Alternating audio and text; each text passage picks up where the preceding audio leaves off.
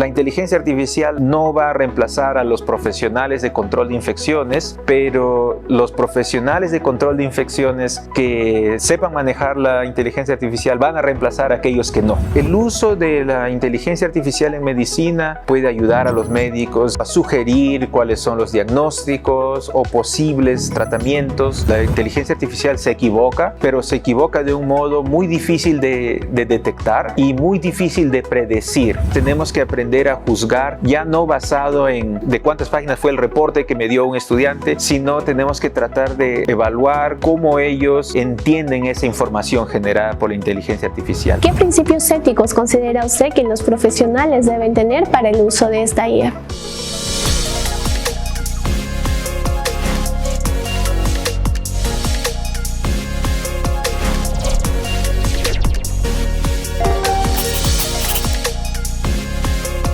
Hola, comunidad toribiana. Sean ustedes bienvenidos a un nuevo episodio de Edúcate, el podcast de la Universidad Nacional Toribio Rodríguez de Mendoza de Amazonas.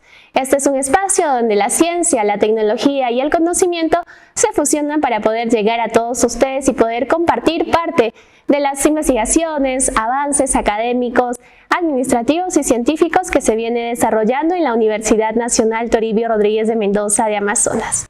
En esta edición especial tenemos a un invitado. Se trata del doctor Jorge Luis Salinas, quien es docente de la Universidad Stanford y se encuentra actualmente en nuestra Casa Superior de Estudios. Sea usted bienvenido, doctor Jorge Luis.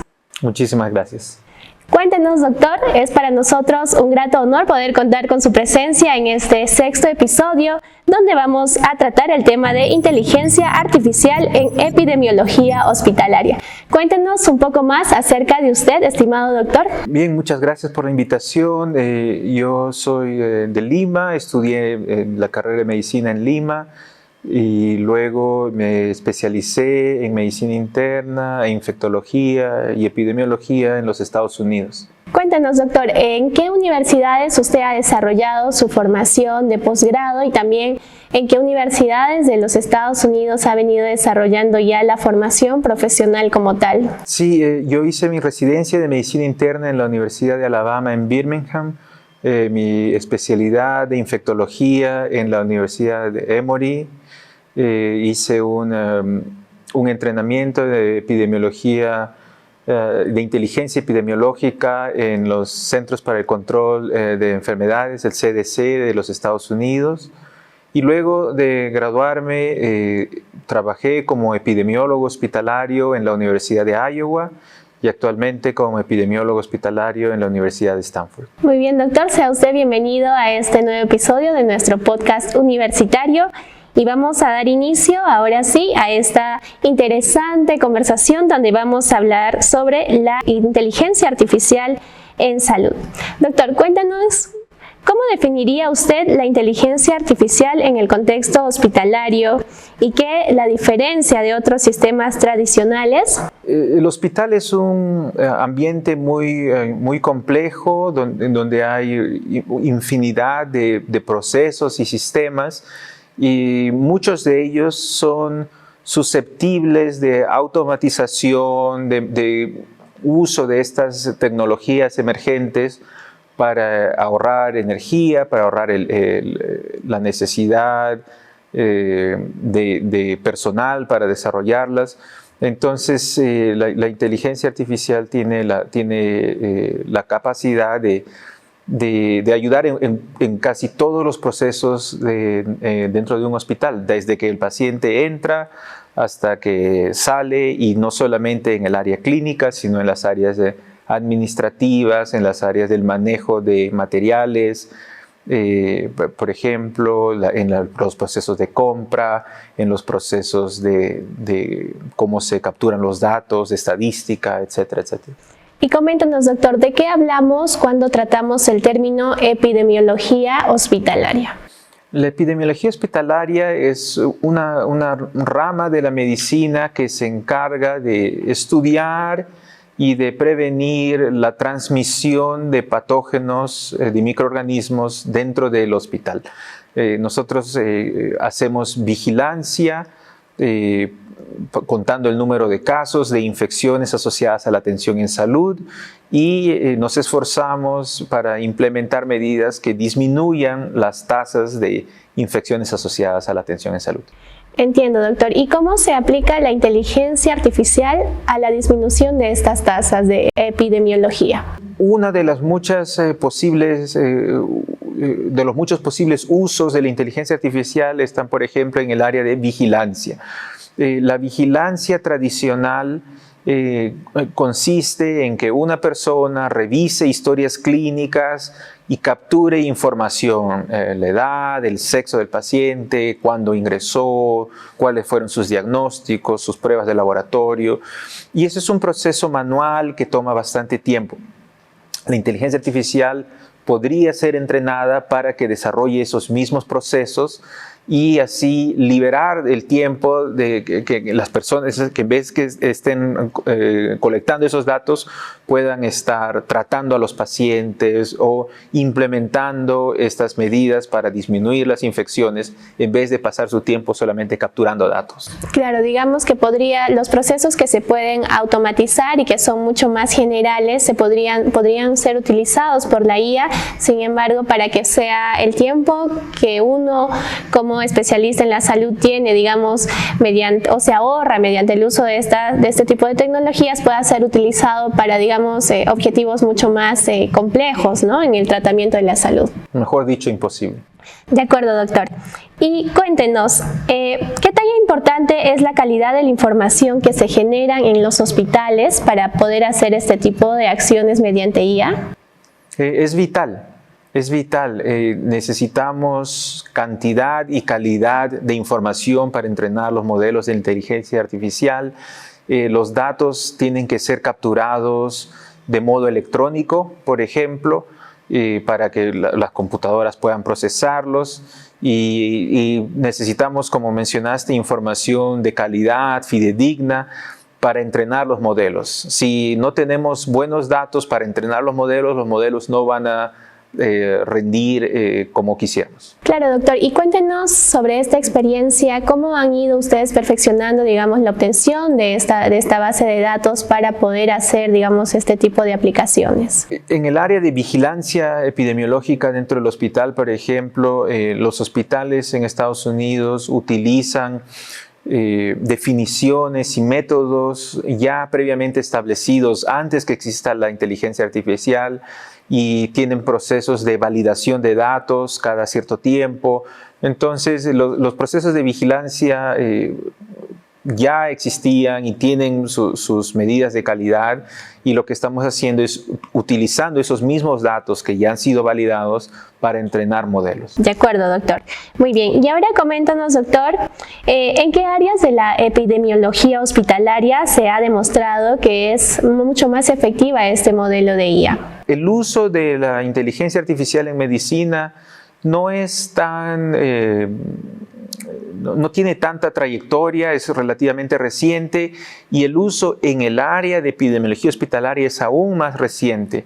Algunos usos son, como venía mencionando, en vigilancia, en el conteo y acumulación de datos de casos de infecciones asociadas a la atención en salud, pero también la IA puede servir para responder preguntas frecuentes en el área de epidemiología hospitalaria, puede ayudar a los médicos a encontrar o a sugerir cuáles son los diagnósticos o posibles tratamientos a utilizar en sus pacientes, pero antes de que podamos liberar y empezar a utilizarlos en la práctica diaria, cada uno de estos procesos de inteligencia artificial tienen que ser finamente evaluados, y pienso que tienen que ser evaluados en cada lugar. Si aún así se evalúen y funcionen muy bien, por ejemplo, en los Estados Unidos, para poder utilizarlos en el Perú vamos a tener que hacer una evaluación aquí también. Claro, como usted lo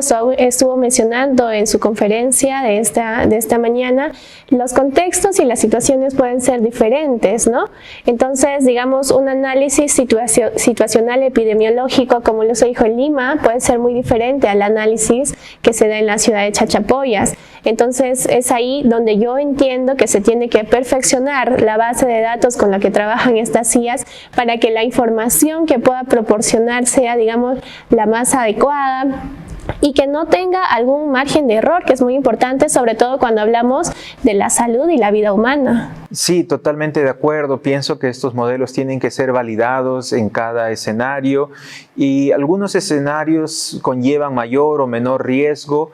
En el área de vigilancia, como corresponde al conteo de datos, no conlleva un riesgo hacia las personas, hacia los pacientes, pero utilizar inteligencia artificial, por ejemplo, para diagnosticar o para sugerir tratamientos requiere de un rasero aún más alto para poder ser utilizado. Claro, doctor, porque es importante mencionar que la IA hoy en día se utiliza para todo tipo de información, desde información tecnológica. Uno puede sugerir a la IA que busque información en internet y te da toda la información, ¿no? Entonces, digamos que podríamos considerar la importancia de contar con datos que sean reales, que sean contextuales, porque además hay que tomar en cuenta que la IA muchas veces es predictiva y que solamente te da la respuesta que tú esperas obtener. Y puede un ciudadano convencional, como los que nos están viendo en este episodio del podcast, de preguntar cuál es la mejor medicina o cuál es el mejor tratamiento para un fuerte resfriado. Y la IA te puede dar una información de manera muy general y uno no debería todavía, digamos, confiar en este tipo de información que es proporcionada por la IA. Doctor, coméntenos un poco más sobre eso, porque es muy importante poder tomar en cuenta este punto. Sí, la IA se parece mucho a la Internet en sus inicios. Tenemos que aprender a utilizarla, tenemos que tener cierto conocimiento y todo el mundo tiene que aprender a utilizarla. Y es verdad que tanto como uno no puede creer todo lo que encuentra en la Internet, es igual, uno no puede creer todo lo que la IA nos presente. Ahora, el campo de la inteligencia artificial está evolucionando muy rápidamente y los principales competidores se esfuerzan mucho en refinar sus resultados y en que los resultados sean lo menos creativos posibles y que sean más bien lo más apegados a la verdad posible. De acuerdo, doctor. Y ahora, tratando sobre lo que son aplicaciones prácticas en la prevención de infecciones, usted tiene uno de sus estudios que viene desarrollando con IA para mejorar la inserción de catéteres centrales y reducir infecciones como CLABSI. ¿Podría comentarnos un poco más respecto a este estudio, doctor, por favor? Clásicamente se piensa en la inteligencia artificial, en estos respuestas automáticas, esta especie de comunicación que uno escribe a la computadora y la computadora te responde con texto. Otros modos de hacer inteligencia artificial son utilizando imágenes. Por ejemplo, la inteligencia artificial puede analizar muy bien una imagen, una fotografía y hacer una especie de diagnóstico respecto de ella. Entonces nosotros estamos utilizando fotografías de los lugares donde se insertan los catéteres centrales en los pacientes para tratar de juzgar si es que esa inserción es adecuada y si es que todos los elementos que deben ir alrededor del lugar donde se inserta están en el lugar correcto. Entonces estamos entrenando modelos para que hagan el trabajo que normalmente es hecho por personal de salud. Y este estudio que se viene desarrollando se llama CLABSI, ¿es correcto, doctor? CLABSI son las infecciones asociadas al catéter central. Entonces lo que nosotros estamos tratando de hacer es utilizar inteligencia artificial para evaluar las características del catéter y del lugar de inserción, de manera que podamos detectar más tempranamente factores de riesgo y así prevenir estas CLABSIs, estas infecciones. Claro, y es importante, doctor, tomar en cuenta que la medicina humana es un campo bastante amplio, tenemos tantas especialidades y la inteligencia artificial también, que es otro mundo bastante amplio, y es importante cómo nos damos cuenta que viene evolucionando la tecnología y las aplicaciones de la tecnología en este campo de la medicina humana y como lo es la epidemiología hospitalaria. Doctor, y coméntenos de qué manera está cambiando la forma en que detectamos brotes hospitalarios o evaluamos riesgos de transmisión, o sea, cómo la IA está cambiando esto. La inteligencia artificial tiene la capacidad de analizar, procesar una gran cantidad de información, de texto. Desde ese punto de vista, la inteligencia artificial podría revisar toda la información presente en las historias clínicas electrónicas de los pacientes y encontrar patrones y relaciones entre diferentes pacientes que tienen infecciones asociadas a la atención en salud. Podría, de manera teórica, ayudarnos a encontrar brotes o conjuntos de pacientes que tienen características similares o que tienen infecciones por los mismos microorganismos o que son infecciones posteriores a un mismo tipo de procedimiento. Entonces, la inteligencia artificial tiene la capacidad de ayudarnos a encontrar patrones que no son evidentes al ojo humano. Claro, mediante, digamos, grandes fuentes de datos puedes simplificar y decir, ¿no? Hay un brote que está surgiendo en este punto de una ciudad puntual, ¿no? O este grupo etario está teniendo este tipo de infecciones. ¿Es correcto, doctor? Sí, es verdad, pero para ello se necesita de muchos datos, ¿no? Se necesita que las historias clínicas sean electrónicas, por ejemplo. Y que sean alimentadas constantemente para que la información también pueda ser información actual. Doctor, y ya que usted nos viene comentando bastante sobre el uso de la IA en este sector de la salud, coméntenos de qué manera los profesionales de la salud como usted se vienen integrando a esta importante y potencial herramienta como la IA. Pues como les mencionaba brevemente, todos nosotros tenemos que aprender un poquito de inteligencia artificial. Hay un dicho en mi campo, pero que se aplica a todos los campos. La inteligencia artificial no va a reemplazar a los profesionales de control de infecciones, pero los profesionales de control de infecciones que sepan manejar la inteligencia artificial van a reemplazar a aquellos que no. Entonces, todos nosotros tenemos que aprender a utilizarla.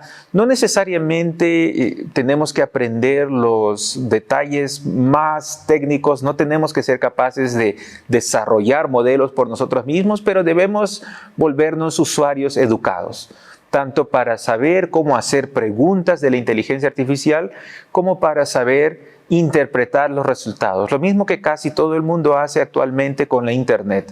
Ya los niños saben decir, no se puede creer todo lo que dice la Internet. Es lo mismo con la inteligencia artificial. A pesar de que las respuestas puedan ser muy atractivas y se vean muy convincentes, hay que tener cierto nivel de sospecha y tratar de verificar la información que se obtiene de la inteligencia artificial. Claro, doctor, y hay que tomar en cuenta que la IA, como usted mismo lo mencionó, está en constante evolución, igual que los nuevos conocimientos en el campo de la medicina. Entonces, sería un trabajo articulado de la mano, donde el médico, el profesional de la salud, trabaja de la mano con este tipo de tecnologías y se va evolucionando de manera progresiva desde ambos puntos, ¿no? Y es importante, como usted lo menciona, que muchas veces también hubo en un principio cuando tuvimos la inserción de la IA, que por cierto hace muchos años que ya está, digamos, vigente en nuestra sociedad. Sin embargo, en los últimos años es donde ha tenido mayor impacto, ¿no? Entonces, la IA era vista como facilitar ciertas actividades, pero no deberíamos verlo así, sino como potenciar las actividades que ya venimos desarrollando en los diversos campos. Y qué mejor si hablamos sobre el uso de la IA para la salud humana. Doctor, ahora cuéntenos, y sabemos que usted lidera investigaciones también en el Perú, como el monitoreo de aguas residuales para la detección de tuberculosis. ¿Cómo ve el potencial de la IA en países como el nuestro, que se encuentran en vías de desarrollo? Son dos temas diferentes, el de las aguas residuales y el de la inteligencia artificial, pero sí, yo pienso que la inteligencia artificial tiene la capacidad de acortar brechas, que puede ayudar a países en desarrollo a acercarse al nivel de países desarrollados en ciertas áreas.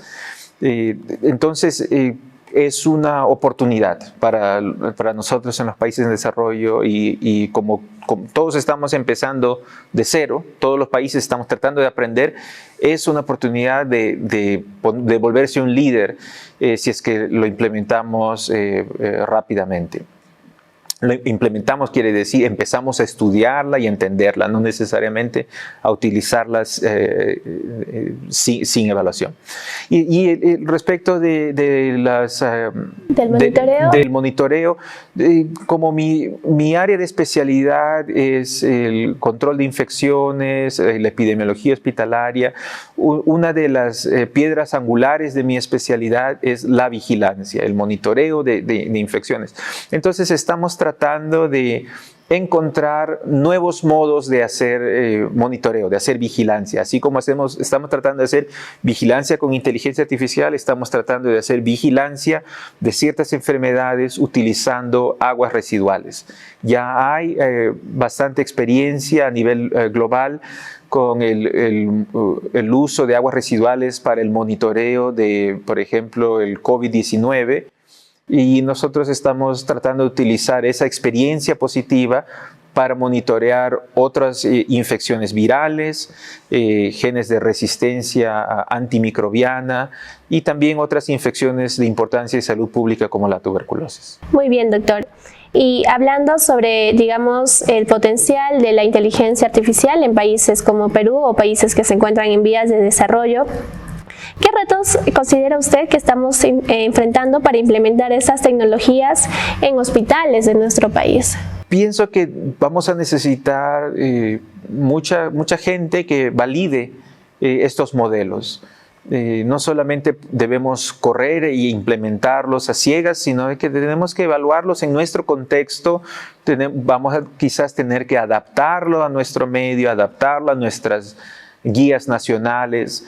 Entonces hay mucho trabajo que se tiene que hacer y supuestamente la IA está aquí para ayudarnos y hacer nuestro trabajo más fácil y yo creo que así va a ser, pero antes de que eso pase vamos a tener que invertir mucho trabajo, mucho tiempo, mucho esfuerzo en validar estos modelos y ese es uno de los retos porque nuestros profesionales de salud tienen su tiempo copado usualmente y entonces corremos el riesgo de utilizar estos modelos sin validación. Entonces, ese es el reto, pero la oportunidad es también muy grande, puede ayudarnos mucho.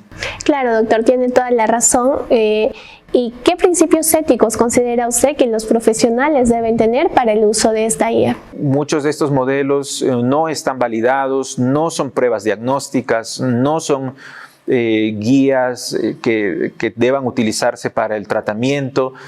A lo más se le puede ver desde el punto de vista clínico como utilizar un buscador de internet que te puede dar cierta información, pero que un profesional de la salud no toma su información ni basa su manejo clínico de los pacientes solamente basado en lo que encuentra en la internet. Es lo mismo, un profesional de salud serio no va a basar su conducta diagnóstica o terapéutica solamente en la inteligencia artificial. Sin embargo, en otros procesos subyacentes que no es la práctica clínica directa, la IA sí puede ayudar mucho, como mencionaba, en vigilancia, en el laboratorio, en radiología, en procesos del hospital per se, si no es en la interacción directa con el paciente. Muy bien, doctor, de acuerdo. Entonces es importante, sobre todo en la medicina, ya la ética profesional, que por sí en su ejercicio profesional ellos ya tienen en cuenta. Entonces, si consideramos que estos modelos están en evaluación, están en estudio, tampoco considero que sea ajena a una realidad donde ya este tipo de prototipos tecnológicos que se emplean mediante inteligencia artificial sean incluso igual de efectivos como una atención médica o como la información que te pueda brindar un médico profesional de la salud. Sí, yo creo que hay ese potencial. La inteligencia artificial podría responder preguntas clínicas con mucha precisión. Sin embargo, tiene también ciertos retos. La inteligencia artificial se equivoca, pero se equivoca de un modo muy difícil de detectar y muy difícil de predecir. Entonces eso hace que tenemos que implementar estos métodos con mucha cautela y tenemos que hacer evaluaciones. Hacer como decir un piloto, un periodo de prueba y evaluar qué es lo que pasó y modificar los procesos. Entonces estamos en ese ciclo de experimentación y refinamiento y yo pienso que vamos a estar en ese ciclo por mucho tiempo de aquí en adelante. Claro que sí, doctor. Y tomando en cuenta este trabajo arduo que nos espera todavía, ¿qué rol cree usted que cumplen las universidades, en este caso si hablamos de Latinoamérica, para que podamos perfeccionar este trabajo? ¿Y cuál es el potencial, por ejemplo, que usted ve en la Universidad Nacional Toribio Rodríguez de Mendoza, de Amazonas, que justamente también cuenta con la carrera de Ingeniería de Datos e Inteligencia Artificial, el cual es una carrera de vanguardia que ha sido creada hace un año por nuestra alta dirección? Y cómo la universidad, en este caso la Toribio, puede, digamos, unir estos esfuerzos, o cómo ve usted el futuro de esta universidad respecto al fortalecimiento de este tipo de tecnologías. Pues el futuro es muy promisorio, es muy claro que las personas de las nuevas generaciones tienen una mayor predisposición a aprender más rápidamente estas nuevas tecnologías y entonces nuevamente se acortan las brechas. Es muy posible que un estudiante se vuelva en un experto mundial en un área de la inteligencia artificial. Entonces el Perú, Chachapoyas, Latinoamérica tienen una gran oportunidad y sobre todo en las nuevas generaciones tienen una gran oportunidad para ser líderes en este campo y no me sorprende que la Universidad Toribio Rodríguez de Mendoza sea una líder también en esta área y no tengo dudas que sus estudiantes, sus egresados, sus docentes van a hacer contribuciones de importancia mundial en este campo. Muy bien, doctor. ¿Y cuál considera usted o cuál sería el mensaje final del compromiso de los estudiantes de medicina, los profesionales de la salud frente a este tipo de modelos, nuevas tecnologías mucho más inteligentes y eficientes? Tenemos que mantener una mente abierta para cambiar el modo en el que aprendemos, para cambiar el modo en el que interactuamos. Todo va a cambiar, la educación, el modo en el que los estudiantes entregan los resultados de sus investigaciones ya va a ser diferente porque va a ser ayudado por la inteligencia artificial. Entonces tenemos que aprender a juzgar ya no basado en cuántas páginas fue el reporte que me dio un estudiante, sino tenemos que tratar de evaluar cómo ellos entienden esa información generada por la inteligencia artificial. Entonces, sí, es un pequeño terremoto la inteligencia artificial y todos tenemos que recalibrar nuestros cerebros para modificarnos y adaptarnos a este nuevo mundo que está suplementado por la inteligencia artificial. Las cosas van a ser un poquito diferentes, con un poco de suerte van a ser mejores gracias a la inteligencia artificial, pero todos tenemos que hacer un poquito de esfuerzo para adaptarnos a este nuevo mundo. Muy bien, doctor. ¿Y algún otro mensaje final que quiera dar a toda nuestra comunidad toribiana que nos está viendo en este 6º episodio de nuestro podcast? Un saludo muy cariñoso a todos los miembros de la comunidad de la Universidad Toribio Rodríguez de Mendoza. Me es muy grato estar aquí con ustedes y muchas felicitaciones. Su universidad tiene mucho prestigio a nivel nacional e internacional y estoy seguro que con el esfuerzo de todos ustedes esta reputación solamente va a seguir creciendo y creciendo. Muchas felicidades. Muchísimas gracias, doctor, por estar esta tarde con nosotros en este episodio y de verdad nuevamente felicitarle por tan amplia trayectoria profesional que por supuesto lo ha destacado como un profesional de talla mundial y que nosotros como universidad tenemos el honor de poder ahora contar también con su presencia como uno de los catedráticos que forman parte de nuestra plana docente. Muchísimas gracias, doctor, por su tiempo y por sus conocimientos compartidos en este episodio. Encantado. Así que este ha sido el último episodio de nuestro podcast Edúcate, el podcast de la Universidad Nacional Toribio Rodríguez de Mendoza de Amazonas. Estén todos atentos porque nuevamente regresaremos con más episodios de mucho interés para todos ustedes. Muchísimas gracias.